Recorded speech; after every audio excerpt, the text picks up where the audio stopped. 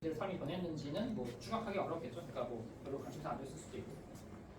실제로 OLPC 프로젝트에서도 사람들에게 줬더니 애들에게 교육용 소프트웨어도 부족하고 교사도 부족하고 전기도 부족하고 다 부족해가지고 결국 그냥 애들이 게임만 하더라. 이런 뉴스도 많이 봤었어요. 그래서 세상이 단순하지가 않구나. 사용자가 쓰지 않는 거는 가치가 없고 쉽게 쓰고 잘 쓰게 만들려면 엄청나게 노력을 해야 되는구나 이런 깨달음을 얻었죠. 그래서 이걸 깨달은 풀어낸 계기가 있었는데 제가 4학년 2학기 때 비판적 글쓰기라는 수업 들었거든요. 이 수업에서 제가 글에 대한 칭찬을 많이 받아서 자존감이 많이 올라갔는데 이 당시에 한글날 기념 글쓰기라는 게 있었어요. 이게 당시에 글쓰기 수업을 듣던 모든 사람이 강제 참가였어요. 그래서 저도 참가를 했고 근데 다행히 저는 좀 제가 깨달은 점에 대해서 스킬을 했는데 좀 잘 평가를 받아서 상도 받았죠.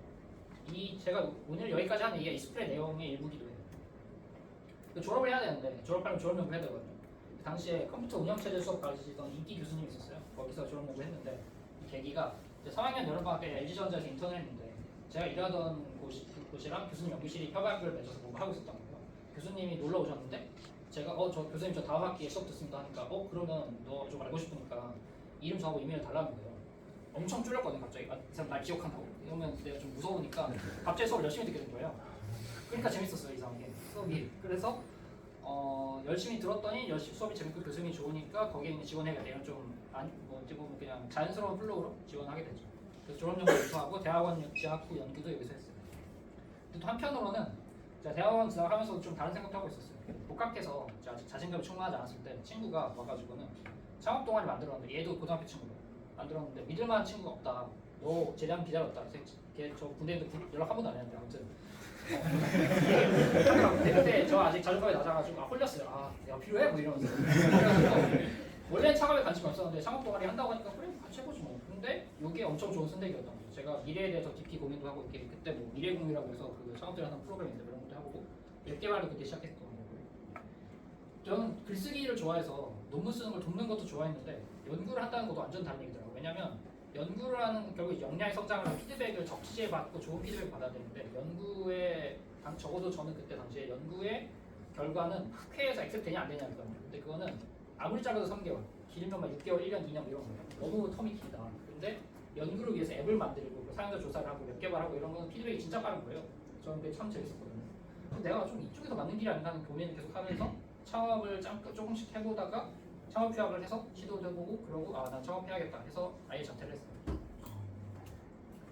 자퇴하기 전에 있었던 큰 사건이 아까 얘기했던 AC2라는 교육 들은 건데요. 이게 상당히 비싸요. 3개월에 400만 원 정도 되거든요. 지금은 한 400만 원 하고 대학원 연구실 월급을 모으고 모아서 했고요. 4번 워크숍을 열었었는데 서울에 갔어야 됐어요. 대전에서 서울 왔다 갔다 했어야 됐고 그만 가치가 있어요. 원래는 제가 그냥 코딩 배우려고 한 건데 코딩 가르쳐주겠지 근데 그건 하나도 없었고요. 그냥 나에 대해서 인간에 대해서 조직에 대해서 이해하는 수많은 방법을 배우고 효과적으로 학습하고 협력하는 법을 배웠어요. 3개월 동안 이루어진 변화도 컸지만 이후에 여기 이 졸업생들이라고 해야 되나? 아무튼 다 같은 커뮤니티에 속하게 되거든요. 그 안에서 인맥이 저희 커리어를 형성해 준 거죠.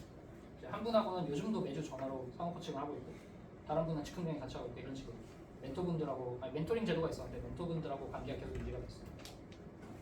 이 시기에 굵직한 변화가 엄청 많았는데 인터넷 교수님 만나고 창업 동아리고 농활 이때 그때 아내를 만났어요. 사실 연애가 있었는데 100개 안 했는데 아내를 농활에서 만났어요. 여기서 엄청 큰 게 농활에서 마을 두 군데를 왔었는데 한 군데는 카리스트끼리 모여서 가라. 한 군데는 타대생들을 모아서 가라.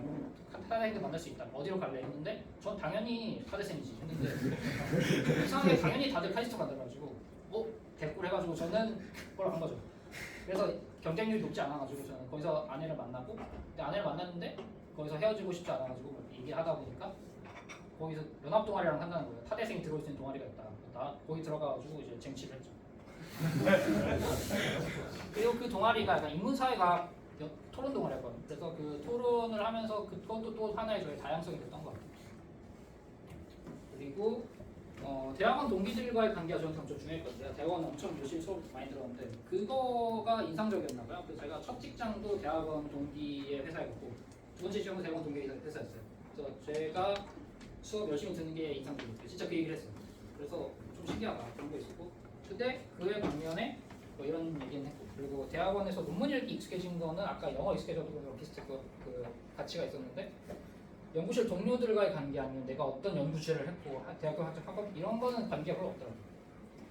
그리고 바닥부터 나를 위한 리스펙트 받는 경우도 도움이 많이 됐고 제가 슬라이드 아직 엄청 많은데 얘기를 너무 많이 했는데 그 자퇴하고 창업을 시작했는데 1년밖에 못했어요.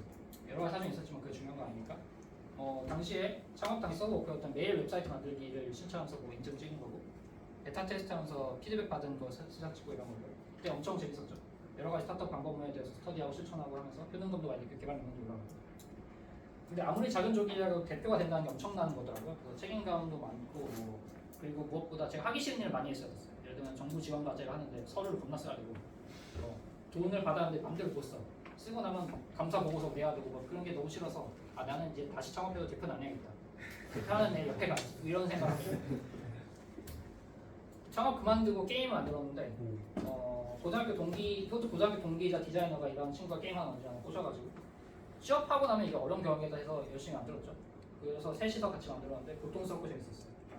네, 이거 앱스토어에도 올라갔다가 지금은 약간 업데이트하면서 내려갔는데 아무튼 뭐 스토리텔링이 뭐냐, 재미가 뭐냐, 각은 어떻게 해야 할까 뭐 이런 고민하면서 열심히 만들었고 재미가 있었지만 결국 친구랑 뭘 한 게 아닌 건가 이런 생각을 하면서 막 싸우고 뭐 그러다가 결국 공화만 잘 됐는데 아무튼 뭐 그런 경험 재밌게 했었죠. 아무튼 우리가 완성품 만들었다는 건 강력한 자신감을 남았어요. 그래서 뒤에 한참 있는데 그냥 다 패스할게요. 하고 그냥 마무리로 가겠습니다.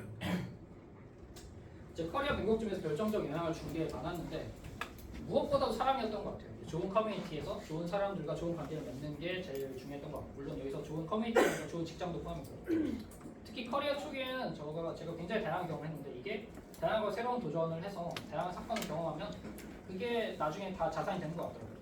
제 인격과 역량을 성숙하게 하기 때문에 그리고 삶의 목표를 적어놓고 행동을 하니까 제 자존감을 높이면서 좀 더 정렬된 선택을 하는 데 도움이 됐던 것 같아요. 목표가 인상 매력적이기 때문에 제가 그 목표를 얘기하고 막 눈이 반짝거리는 걸 보고 제 아내가 저에게 반했다고 했었어요. 그리고 성취보다는 성장에 집중하기. 제가 아까 앞에 좀 얘기가 있긴 한데 아무튼 특정 시기에 좋은 성취를 거두는 건 당연히 중요하거든요. 그게 자존감을 높여주고 다음 시기로 나아가는 도움을 주기 때문에. 근데 거기에만 매몰되지 않고 좀 더 큰 그림에서 그 경험을 어떻게 하면 내 삶을 변화시키는데 나를 변화시킬 수 있을 것인가 이게 저에겐 좀 더 중요했던 것 같아요. 그리고 마지막으로 제 생각과 경험을 꾸준히 정리하고 공유하는 게 저의 개인 브랜딩을 만드는 데 도움이 됐고 나중에는 제가 그냥 이직할 때 다 이걸 그냥 그 글 다 보여주고 했어요. 그렇습니다. 근데 좋은 커리어를 쌓는 건 결국 행복한 삶을 살려는 거잖아요. 이 좋은 커뮤니티에서 좋은 사람과 좋은 관계 맺는 게 여전히 중요했고요.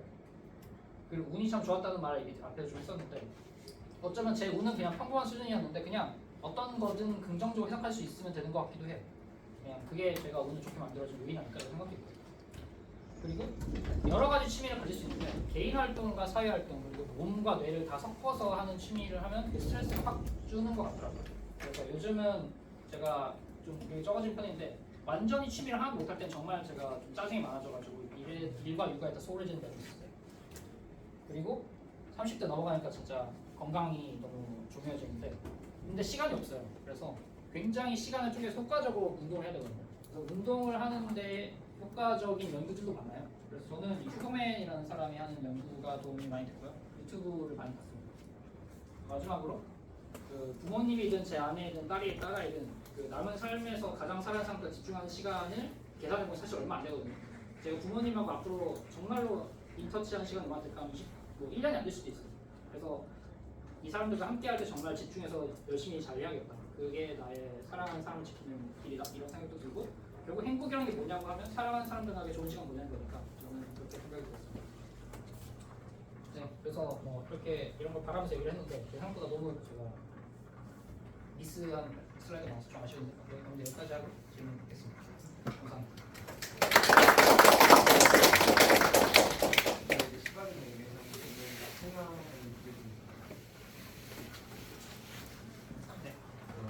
연합 동아리로 역사를 해가지고 토론하는 동아리 네. 저희가 학년에서 역사 시간 연구하고 토론하고 이런 거 하고 있는데 활동을 어떻게 하는 수도 있고 하니까 시간이나 위치나 이런 것도 활동을 어떻게 할 수 있나요? 제 아내는 충남대학교라고 카이스트 바로 옆에 학교였는데 이게 남북도 있었어요.